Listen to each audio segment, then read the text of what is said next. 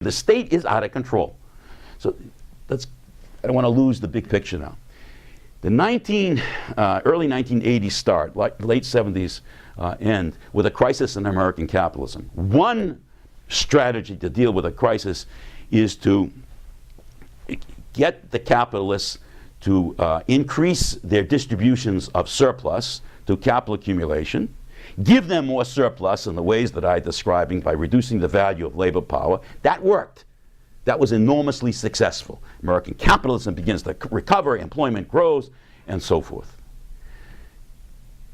The crisis of capitalism, which is solved, is displaced upon the state because the state absorbs this strategy of cutting taxes, increasing defense expenditures and other kinds of expenditures, and you get the struggle here between Republicans and Democrats over these public goods right up to the present. Okay? So the deficits rise, and one consequence of the deficit is that if the state starts to issue more and more bonds to finance this deficit, then supply and demand. The price of bonds start to fall. Interest rates start to rise in the United States. Then the very rise in interest rates will choke off, if it continues, can contribute to a choking off of the recovery. We did this in 305, because now you have a subsumed class payment on the part of industrial capitalists, which has to arise, which will rise, which is rising interest rates paid to the bankers for the capitalists getting access to loans to expand their businesses, to buy other companies and so forth. And that expansion in interest can constrain the recovery. Also, in workers who are in debt to purchase their homes, to finance the college education for their kids, for their automobiles, for their household appliances, typically, as we have said, go into debt to maintain their consumption with their cut in wages. Well, those individuals are facing then higher interest payments on that debt. And that too is going to constrain their expenditures in a different way, but to constrain it just like the industrial capitalists. Hence, you've got the possibility of a recession looming because of the very rise in interest rates, because of the rise in deficit, because of the cut in taxes and the increase in expenditures by the state to help solve the capitalist problem. It's a little bit out of control, isn't it? The solution to capitalism creates then this danger to capitalism. And hence the Fed would have to step in if they're going to maintain low interest rates, which in turn has all of its repercussions on the US economy, including the risk of inflation. The second one, besides the state being out of control, is this crisis also gets displaced onto households across the United States. And I'm going to end on that note. What goes on inside households? Okay, well, a variety of different laboring occurs inside households, as you all know. Food preparing and cooking and cleaning and child rearing and bookkeeping and education of children and repairing of goods and services, nurturing, and so forth, etc., as well as sleeping and a variety of other labor processes occur. Within households, many of these labor processes and the household wealth that they produce have historically been the province of women. Okay? That is changing in a variety of countries, including the US, but historically, including during this period of time, more or less, they are produced inside the household by women. So women, okay, spend time inside the household doing these labor process, but now let's make use of this course. They also engage in a class process inside the household, which is they spend time producing meals for themselves, but then they spend some extra time producing meals for their spouse or partner. They spend time cleaning the house for themselves. That's their necessary labor. But then they spend labor above and beyond that, an extra labor, a surplus labor, cleaning the house for their spouse or partner. So in other words, women are doing necessary and surplus labor within the household. And then we actually now have numbers on that. The Bureau of Labor Statistics has a household survey, and women spend, 40 hours, some people when they do estimates even more, 40 hours for 7 days a week doing this kind of labor, which includes this necessary and surplus labor, very similar to what we did weeks ago in this course when we presented it.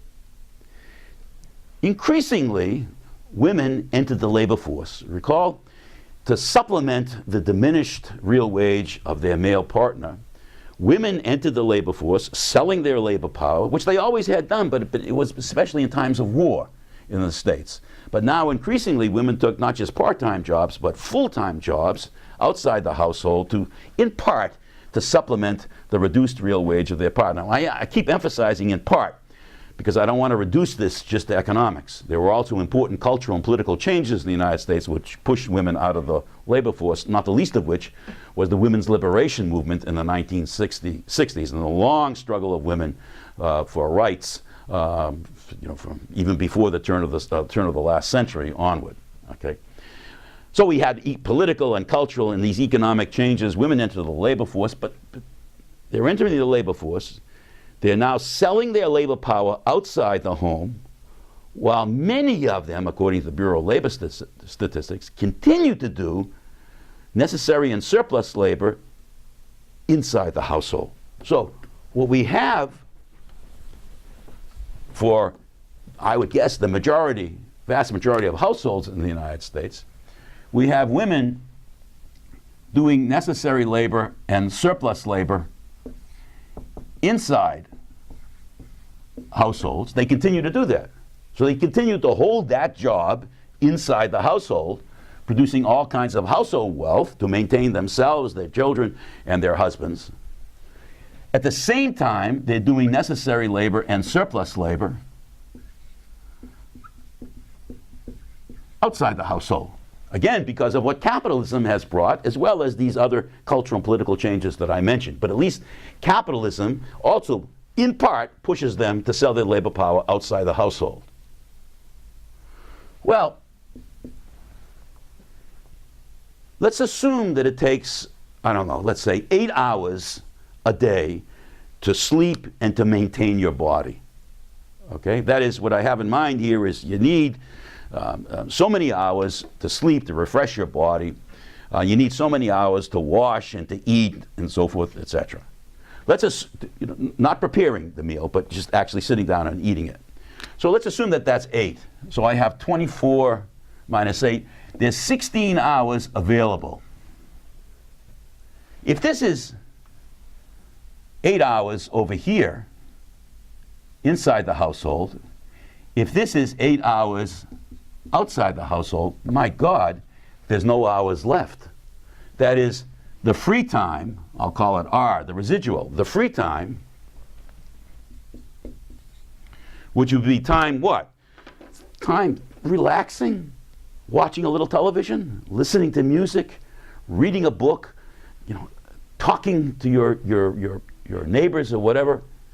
That free time, in effect, gets constrained because women have to go outside the household to sell their labor power to supplement their husband's declining real wage. And so what we have in the United States is literally an impossibility.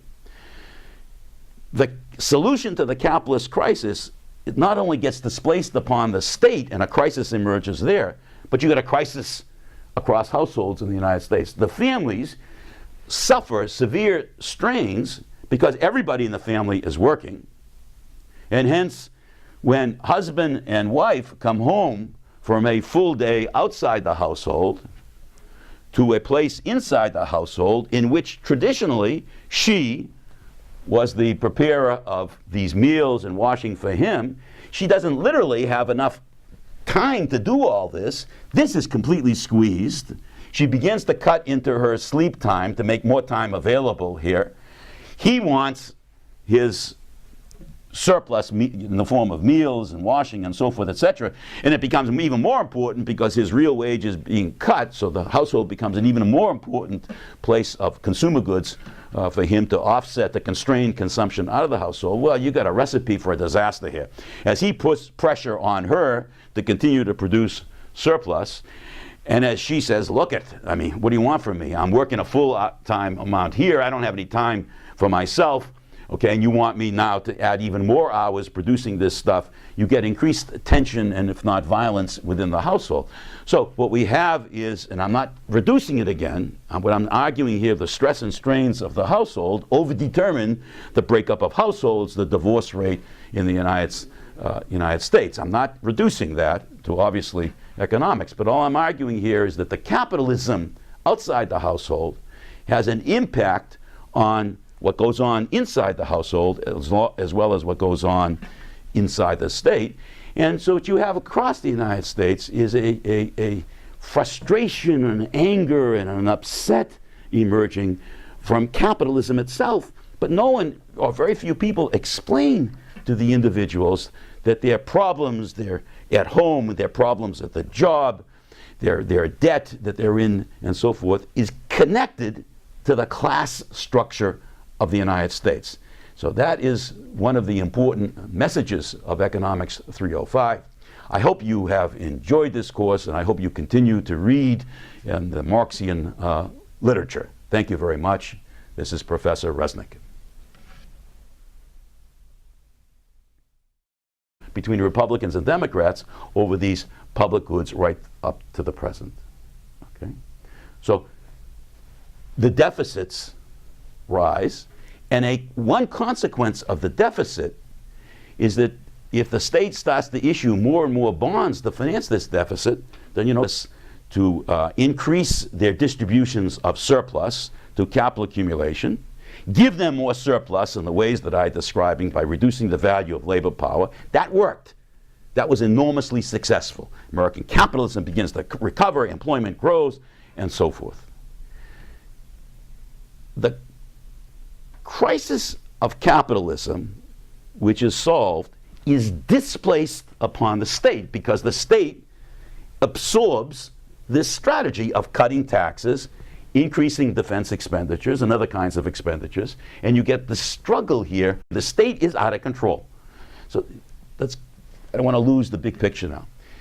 The early 1980s start, like late 70s end, with a crisis in American capitalism. One strategy to deal with a crisis is to get the capital supply and demand. The price of bonds start to fall. Interest rates start to rise in the United States.